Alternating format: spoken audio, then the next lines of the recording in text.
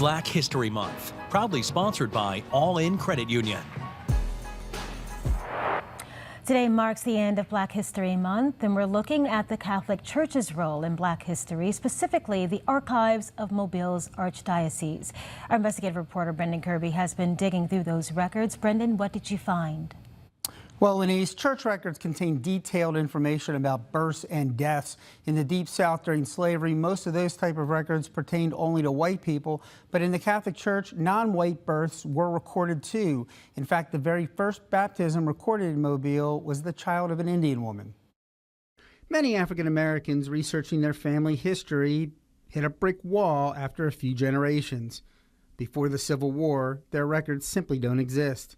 That's because most institutions, including the government, didn't bother to record the details of slaves' births, including their names. Not so with the Catholic Church.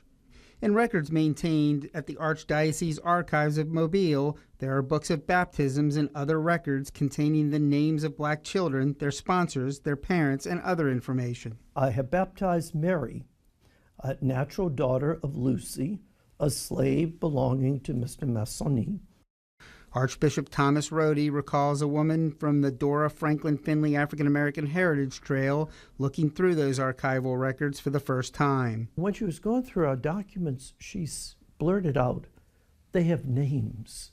She said, I've never seen in this time in history slaves having names. It wasn't just in Mobile. Historians say the Catholic Church was steadfast in its devotion to record keeping throughout the South and the world. But Jane Landers, director of Vanderbilt University's Slave Society's Digital Archive, says the church's practices were unique in the South. It's totally different than what a Southern planter would put down.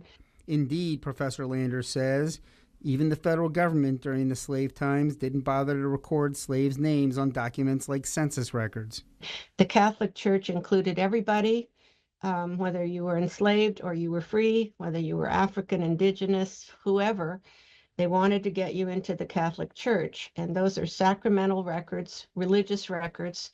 Carlos Finley, a Mobile lawyer who is president of the Heritage Trail, says the black community has had a storied but complex relationship with the church.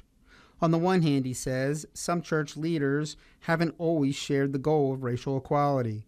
On the other hand, he says, the church had an early commitment to churches and schools for black residents.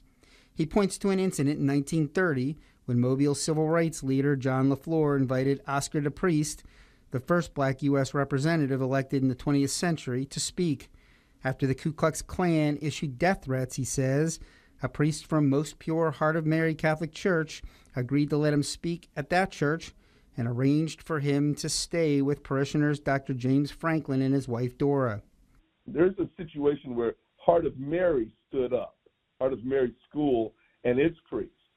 And then when you go into the 60s, of course, the priests and nuns at Heart of Mary marched alongside civil rights workers.